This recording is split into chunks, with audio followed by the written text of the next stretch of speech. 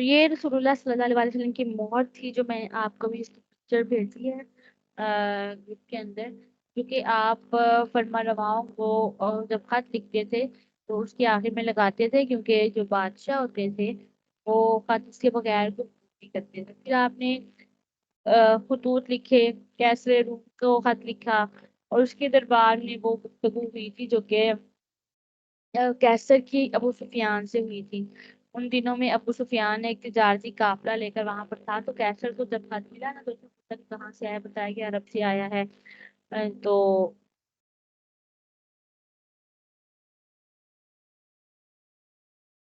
کیسر نے کہا کہ بہت سے لوگ تجارت کے لیے آتے رہتے ہیں، تو پتہ کروں کہ خاندان کا کوئی بندہ آیا تاکہ اس سے بات چیت کی جا سکے۔ تو پھر ابو سفیان کو بلایا گیا تو اس سے پوچھا گیا، وہ سارا جو قافلے والوں کو بلایا گیا، پوچھا گیا تمہاری ہم نے تمہیں اس لیے بلایا تاکہ تمہاری زبانی ان کے حالات ہم معلوم کر سکے، تم میں ان کا رشتے دار کون ہے۔ ابو سفیان بولا میں۔ اب پوچھا اچھا یہ بتاؤ کہ ان کا خاندان کیسا ہے؟ کہنے لگے بڑا معزز و شریف ہے۔ کیا خاندان میں سے پہلے بھی کسی نے نبوت کا دعویٰ کیا؟ کہ نہیں، یہ پہلا بندہ ہے۔ پھر پوچھا اس کے خاندان میں کوئی بادشاہ بھی ہے؟ کہ نہیں۔ اگر جن لوگوں نے اس کا مذہب قبول کیا وہ ضعیف ہے کہ کمزور، یا باثر ہیں یا مالدار ہیں؟ تو جواب ملا اکثر ضعیف اور نادار ہیں۔ پھر بادشاہ نے پوچھا کہ اس کے پیروکاروں کی تعداد بڑھ رہی ہے، یہ کام ہو رہی ہے؟ کہا بڑھ رہی ہے۔ کہ اس نے کبھی جھوٹ بولا؟ کہا نہیں۔ کہ وعدے کی خلاف ورزی کی ہے؟ کہا ابھی تک تو نہیں، البتہ ہمارے ساتھ ایک معاہدہ کیا، دیکھتے ہیں اس کا کیا کرتا ہے۔ تو ابو سفیان کہتے کہ میں یہ ایک بات سی بس جو آپ کے مخالف کر سکا تھا، ورنہ میں نے کوئی بات آپ کی مخالفت میں سے ہو ہی نہیں سکی تھی، اور اگر میں کوئی کرتا بھی تو میری قوم میرے پیچھے تھی، وہ مجھے جھوٹا کہہ رہی تھی، اور میں نے جھوٹا اپنے آپ کو کہلانا نہیں چاہتا تھا۔ اچھا پھر اس نے پوچھا بادشاہ نے کہ تم لوگوں نے کبھی اس کے ساتھ جنگ کی ہے؟ تو کہتے ہیں ہم نے کہا جی ہاں کئی بار۔ نتیجہ کا نکلا کا کبھی وہ فاتح ہوئے کبھی ہم۔ تو وہ تعلیم کیا دیتا ہے؟ ابو سفیان نے وہ بھی سچ سچ بتا دی کہ ایک رب کی عبادت کرو، کسی کا شریک نہ بناؤ، نماز پڑھو، پاک باز بنو، ہمیشہ سچ بولو، رشتے داروں کے ساتھ اچھا سلوک کرو۔ پھر بادشاہ نے کہا کہ تمہاری گفتگو سے میں اس نتیجے پر پہنچا ہوں کہ وہ اللہ کے سچے رسول ہیں، کیونکہ تم کہتے ہو شریف النسب ہے، انبیاء شریف النسب ہوتے ہیں، تم کہتے ہو ان کا خاندان سے ان سے پہلے کسی نے نبوت کا دعویٰ نہیں کیا، تو اگر ایسا ہوتا تو ہم کہہ سکتے تھے یہ خاندانی اثر ہے۔ تم کہتے ہو اس کے خاندان میں بادشاہ نہیں گزرا، اگر ایسا ہوتا تو میں یہ سمجھتا یہ تخت و تاج کے حصول کی جدوجہد ہے۔ کبھی تم کہتے ہو کہ اس کے پیروکاروں میں اکثریت کمزور اور نادار لوگوں کی ہے، کہ انبیاء جب بھی آئے ہیں ان کا اتباع کمزور اور نادار لوگوں نے ہی کیا ہے۔ پھر کہا تم کہتے ہو اس کے پیروکاروں کی تعداد بڑھ رہی ہے، تو کہا سچے مذہب کے پیروکاروں کی تعداد دن ب دن بڑھتی ہی رہتی ہے۔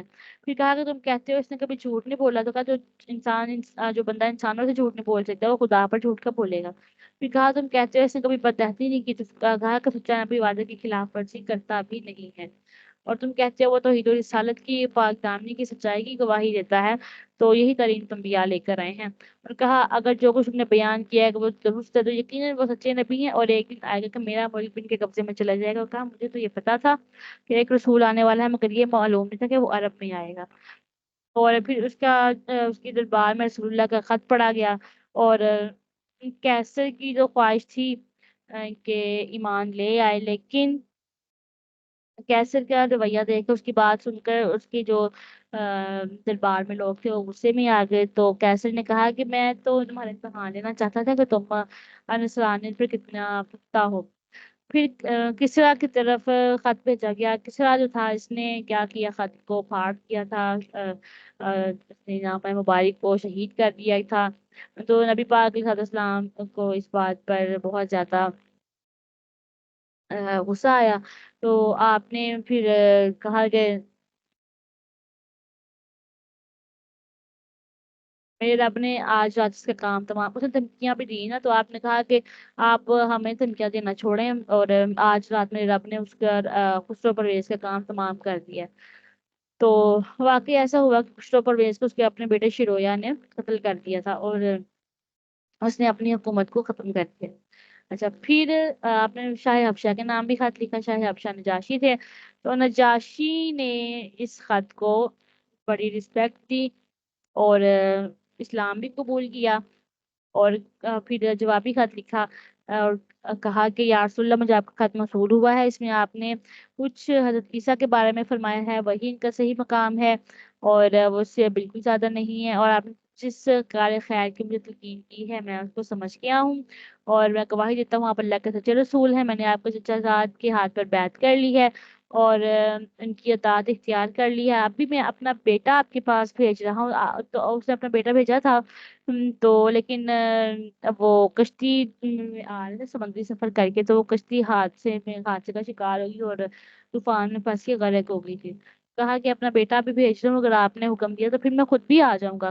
اور میں گواہی دیتا ہوں کہ آپ جو کچھ بھی کہتے ہیں سب حق ہے, اور آپ پر اللہ کا سلام ہو, رحمتیں ہوں, برکتیں ہوں. تو یہ نجاشی نے لیٹر بھیجا تھا اور نجاشی نے اسلام قبول کیا تھا.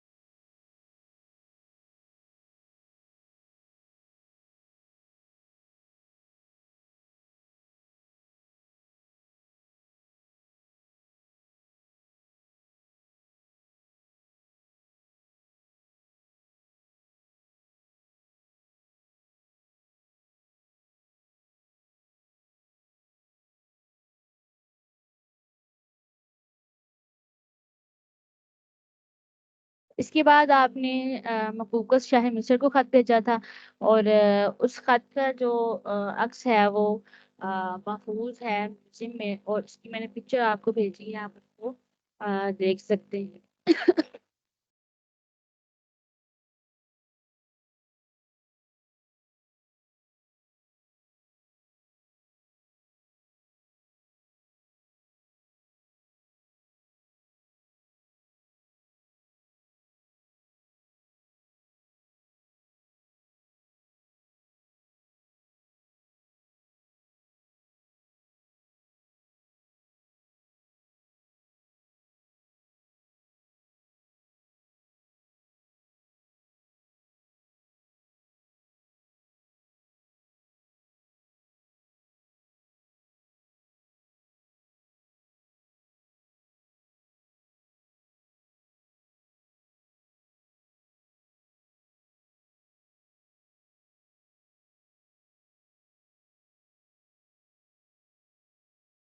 اس کے علاوہ بھی آپ نے خطوط بھیجے تھے.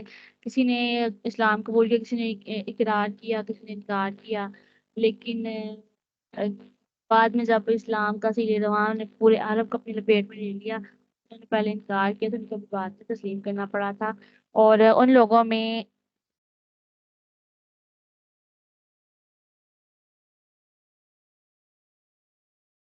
بھیجے گئے تھے, ان میں منظر بن ساوا حاکم بحرین اور دومات الجندل کا حاکم مکیتر ہے, اور بھی لوگ شامل تھے.